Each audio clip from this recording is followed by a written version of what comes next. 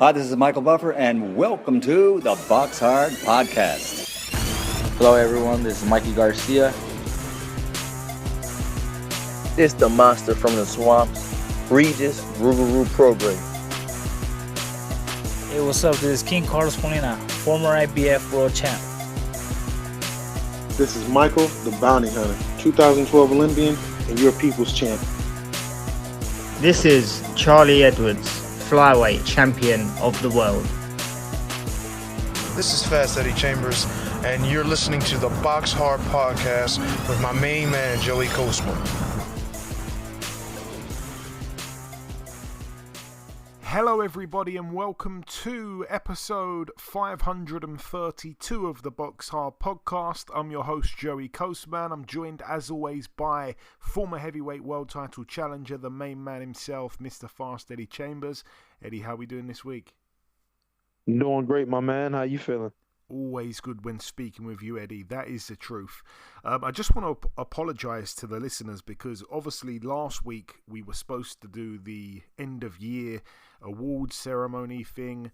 We didn't do it last week. I then said it was going to be this week. Unfortunately, so much has got in the way. I've been so busy this week. I just haven't had enough time to sit down and actually finalise my own list.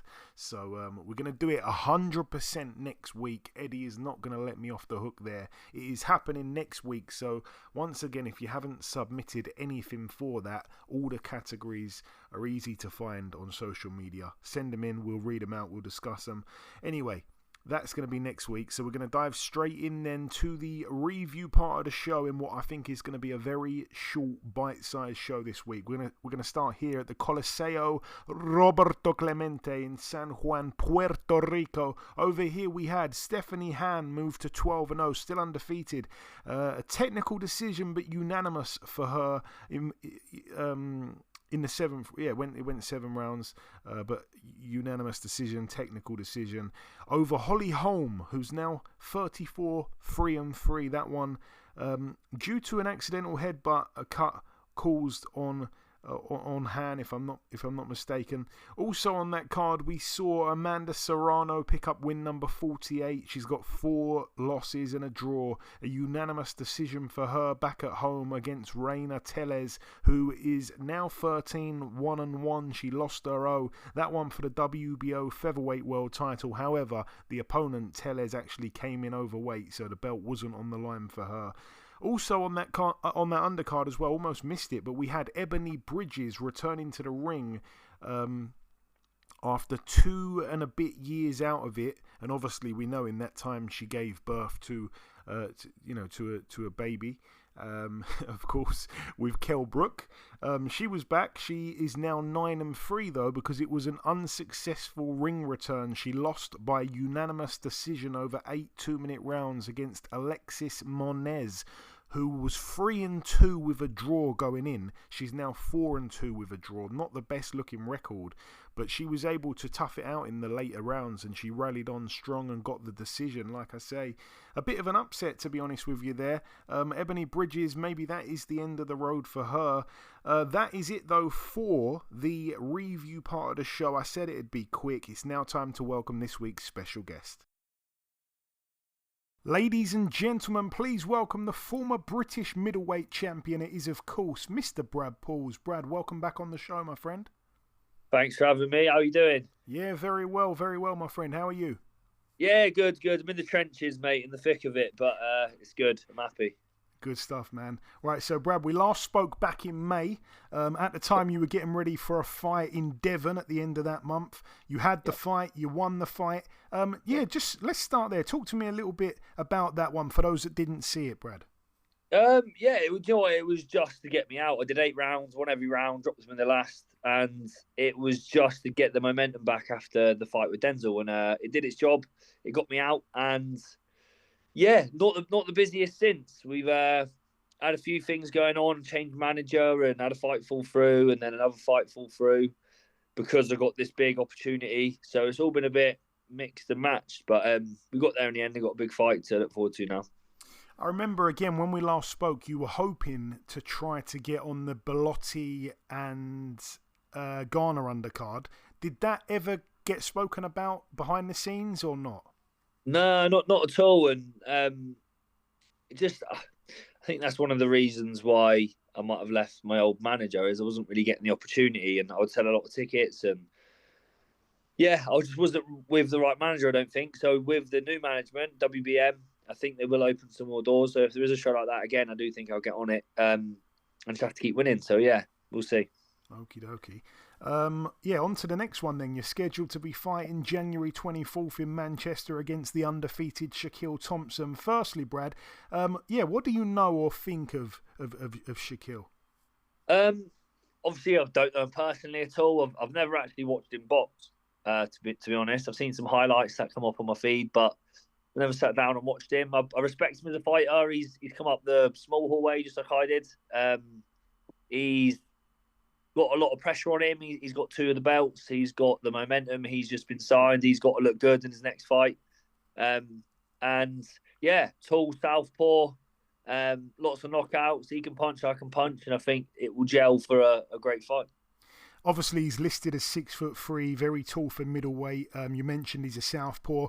Obviously, we know most people that are tall for the weight don't normally carry power. It does seem like this guy does carry power, though. However, I still feel like a little bit untested, even though there's a couple of domestic names there. Is that fair to say?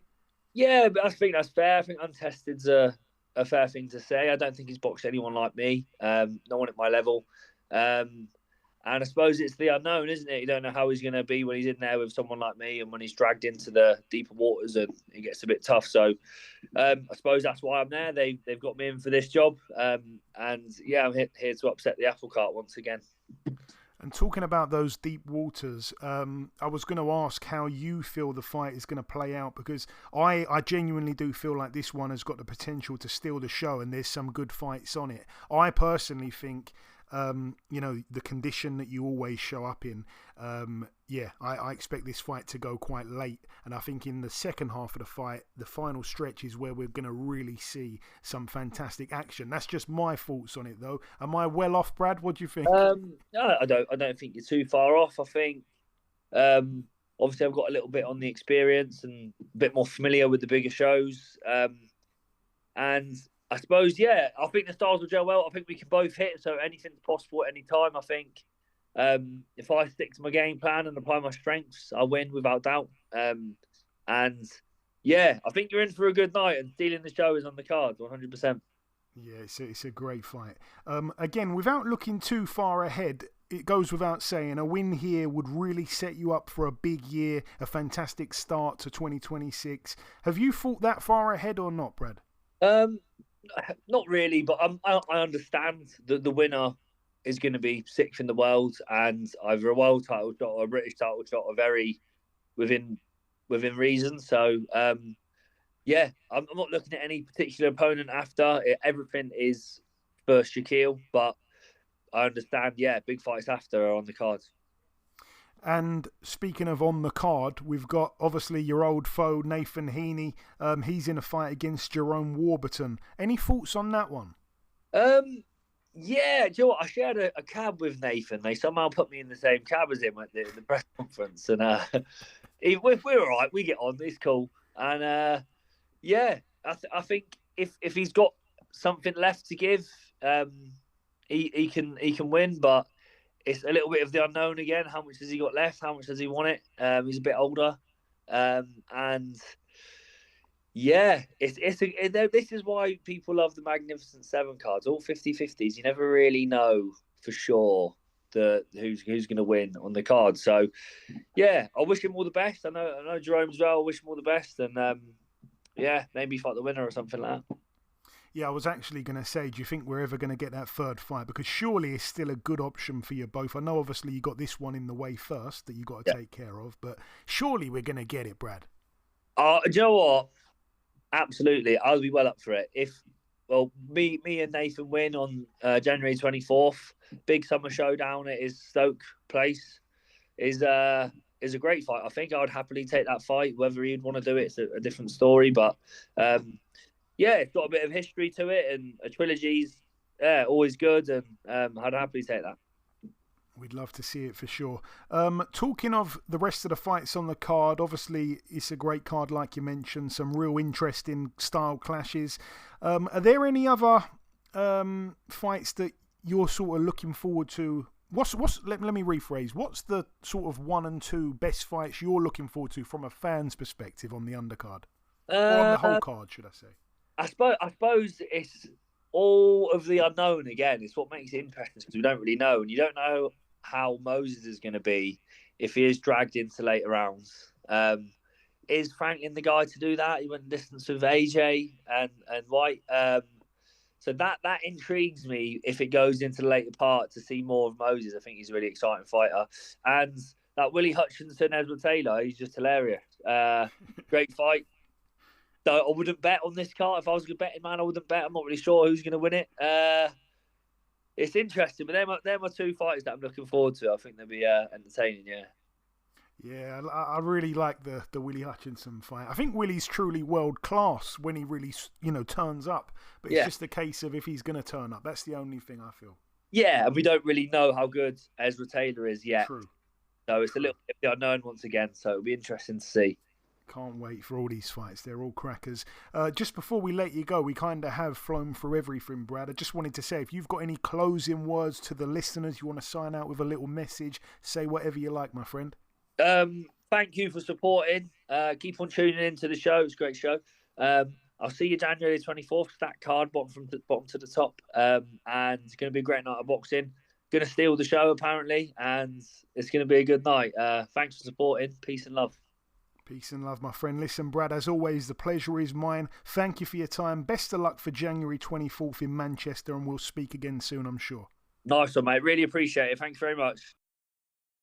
Okay, now it's time for part 2 on this week's show. This part, usually the news part of the show, but nothing to bring you this week. So we're going to dive straight in then to the preview part. We're going to start here at the Rudolf Weber Arena in Oberhausen, Germany. Over here we have, this one's on Saturday night, we have a Frank Warren and Bob Arum and Spencer Brown show.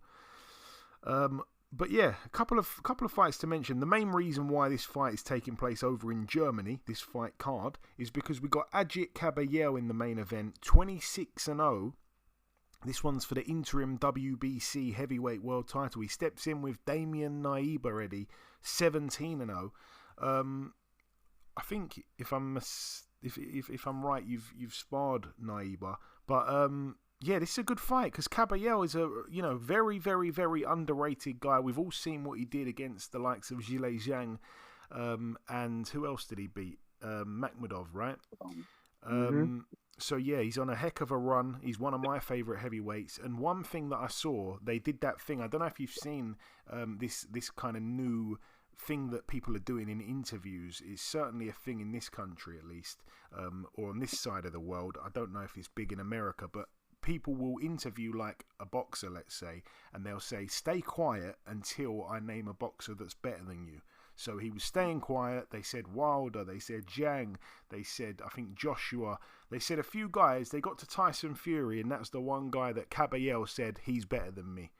Well, I thought that was very respectful because there's a few people that would probably fancy him against Fury, I'll be honest. But anyway, back onto the fight. Kabayel, his humble self, getting in with Naiba. Somebody's O must go, and it's probably not going to go to the 12th round.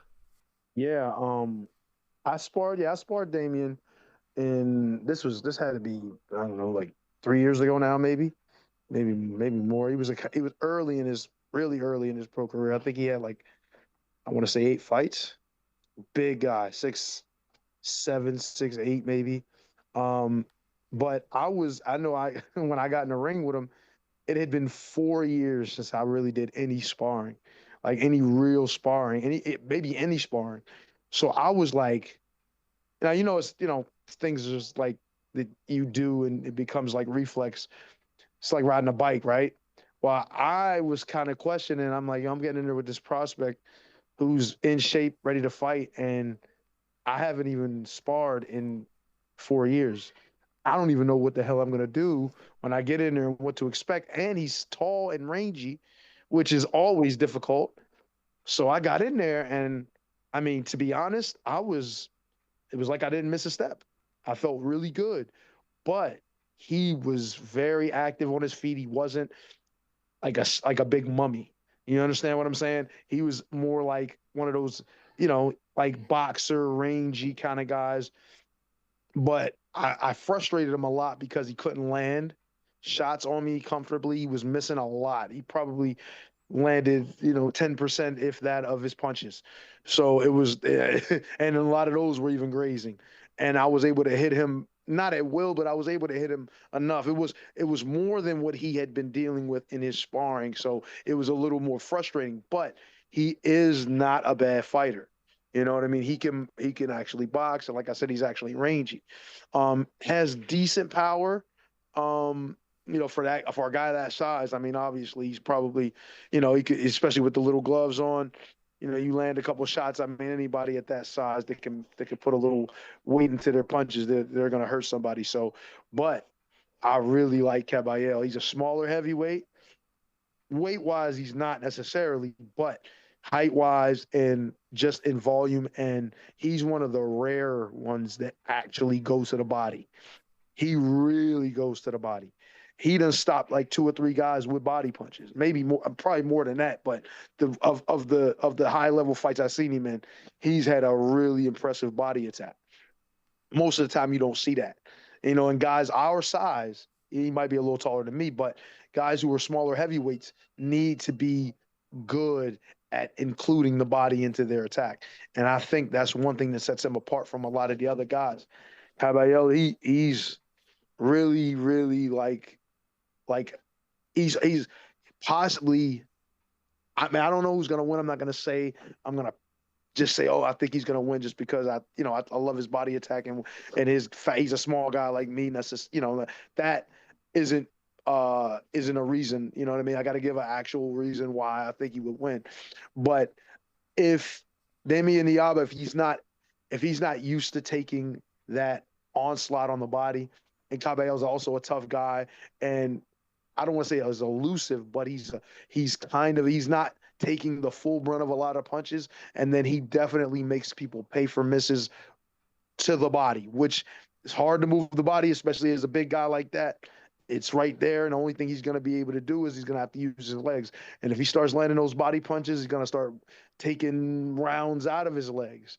And this fight is a very interesting fight. When I heard it was made, I was like, I really want to see this. I don't know if I was forced to pick, I would probably say, Caballero, because it's just he's been the underdogs a few times, and he's just, I don't want to say annihilated, but he's just dominated and took guys out. So I wouldn't be surprised if that happened again here. But Damian Niaba can box. He's very rangy, and he got decent sneaky power. So, it's a very, very interesting fight. Yeah, just that little run that Caballero has been on. His last 3 fights, Makhmudov, Frank Sanchez and Zhilei Zhang. I'm pretty sure he was the underdog for all 3, and obviously he's come through all of them by KO. Damian Niaba, on the other hand, he himself is coming off 4 KO wins in a row against decent guys. Joey Dawejko in there, Andre Warzik in there. It's going to be a good one, this fight. Also on the card, we have to mention as well, I'm really looking forward to this one, to be honest with you. We got Cuba's Hadier Herrera, 17-0 with 15 KOs. This one for the interim WBC lightweight world title against Ricardo Nunes, 26-7. He can punch as well, 22 KOs. I don't know where he's at in terms of, his best days. I think they're probably behind him. He got stopped in 2 rounds to Gervonta Davis 6 years ago or something like that. So, haven't seen him too much since then. I think he's a little bit hit and miss. But he can bang, and it's going to be a fun one there. We're going to move now then to the final card to mention, and it's just one fight to mention on the card, really. We know that it's a complete nightmare to actually watch it. I don't know if it's the same in the US, but in the UK it's like £31 or something to watch this one fight, which is mad. It's at the Barclays Center in Brooklyn, New York. We have Subriel Matias, 23-2, stepping in with the UK's 18-0 undefeated Dalton Smith. This one for the WBC super lightweight world title. Firstly, this was one of the fights that I was really looking forward to at the back end of last year. I was thinking, like, you know, when Christmas is out the way and the fights sort of, you know, they died down. I mean, Inoue did box on you know, around Christmas time, but that kind of period, there's not much on. Then there's the new year. It kind of slows down in boxing, and you kind of, I feel like at least, need a big January or a big February so that you've got that kind of excitement to look forward to. At least I do in my sad life. But I was really happy when this fight got made, and it was in early January. I was like, okay, we're kicking off the year with a big one, and I really do believe it's a great fight. Matthias, Eddie, we've talked about this guy for years now. Very, very exciting pressure fighter. You know, one of our, I think, favourite fighters to actually watch. He always brings the action. He's never in a bad fight. We saw him lose quite comfortably, though, to Liam Parrow back in, was it June of 2024? I can't believe it's been that long. But since then, he's come off a couple of good wins, you know, especially last time, a good win against Alberto Puello. He took his O. He's back, though, in this one. And Dalton Smith, again, this is a guy that in the UK we've been high on for a long, long time. I think recently in his last few fights, the world has started to take notice, particularly that time when he stopped Jose Zepeda in 5 rounds. So you can sit here and you can say that, you know, Matthias is this big monster puncher that maybe Dalton Smith hasn't seen before, but I would argue that Zepeda's a really big puncher, and he didn't really seem fazed by anything that he had. I do understand, though, that Zepeda is longer in the tooth than Matthias, and Matthias has got a lot of confidence going into this. He won't be worried whatsoever, but I just think the blueprint is there. Matthias has lost before, and I personally think that Dalton Smith is a better boxer than Liam Parrow. That's just my take on it. But obviously, you know, Liam Parrow's a southpaw. They do things differently. It's not going to be the exact same thing. You can't copy everything. But I just think Dalton Smith can win this fight. I wouldn't want to bet on it, because I think Matthias, like I say, he's got that exciting style. He's able to sway judges in close fights. He carries the power, you know, serious one-punch power. He likes to start fast. It's just going to be really interesting, because what's happening with Dalton Smith is, effectively, he's being thrown in the deep end here. That is what it is, because the journey up to this point, he's looked really good, but the opposition hasn't been sort of fantastic. So it's one of them. If he boxed like really notable guys and big names and stuff, then we can kind of say, oh, okay, and you can see how he fares against those guys and compare it to how other guys have fared with them and stuff like that. But he hasn't really boxed the big names, but he's looked tremendous at a level. So there are question marks, and we're all believers of him, but this is sink or swim time, and that's why I say he's thrown in the deep end, because this is a mega step up, and arguably the best, well, yeah, definitely one of the best fighters in the world at the weight. I can't remember who's at the weight off the top of my head, but Liam Parrow beat this guy, and you've got Gary Antoine Russell knocking around as well, don't forget. But anyway, the fight itself, Eddie, I'm going to let you have the final few words on it. I know that you know a little bit about Dalton Smith. I know that you're a big fan of Matthias. We've got to find a way to watch this fight, because I believe it's going to be an absolute barn burner of a fight. Man, I couldn't agree with you more. From what I do know about Dalton Smith, he's extremely talented. He's the kind of guy that is ready for this type of a fight. You know what I mean? He's obviously earned his way to this point, you know? So, but, you know, Matthias, man, he's special kind of pressure, you know, that he brings. And I remember watching him the first time I seen him, like, he fights kind of weirdly entertaining, but it was calculated kind of pressure, and it was just like he would just throw certain punches, and he seemed to be really accurate. Well, the guy he was in the ring with, I don't think was doing himself any favors by how he was approaching the fight, but it was just like, man, I like this guy. He wasn't he's not a boxer like a range fighter and crafty like that. But his pressure, his punch selection, his punch accuracy, at least in that fight in particular, it was impressive. And he punched hard. He punches hard, but it's like he still has the ability to give that a cumulative effect with his punches too. It's like he doesn't put everything on every single punch every time. You know what I mean? But the activity puts you into a position where it's just like you almost can't do anything. You don't want to throw a shot at the wrong time because he does punch so hard. So it's like even though you're feeling like you have to do something to keep him off you, you can't necessarily do it because you're worried about what's coming. So that is the thing about him that is special. It makes it even more challenging. But I really look at Dalton Smith and his ability and things that he's done recently. And, he's obviously ready for this. And I agree with that, Joe. He's the better technical fighter. He has the better skill set as far as like from the eye test point, from you watching him. But that doesn't always win the day. And remember, Matthias has more experience too, not only with the number of fights and all of that, but also with the amount, the level that they're on. You know what I mean? So for the title, it's a massive step up for Dalton Smith, but it's a step in the right direction. And I'm not sure that he beats Matthias, but he has the ability to. And I'm just kind of I'm actually excited to see it. This will be the time. This will be one of the few times that I'm able to actually watch or actually really a fight that wasn't a marquee fight, like a big fight, where everybody knows who they are. Now that I can kind of concentrate on. So this is, one of those things that fighters and people who are real like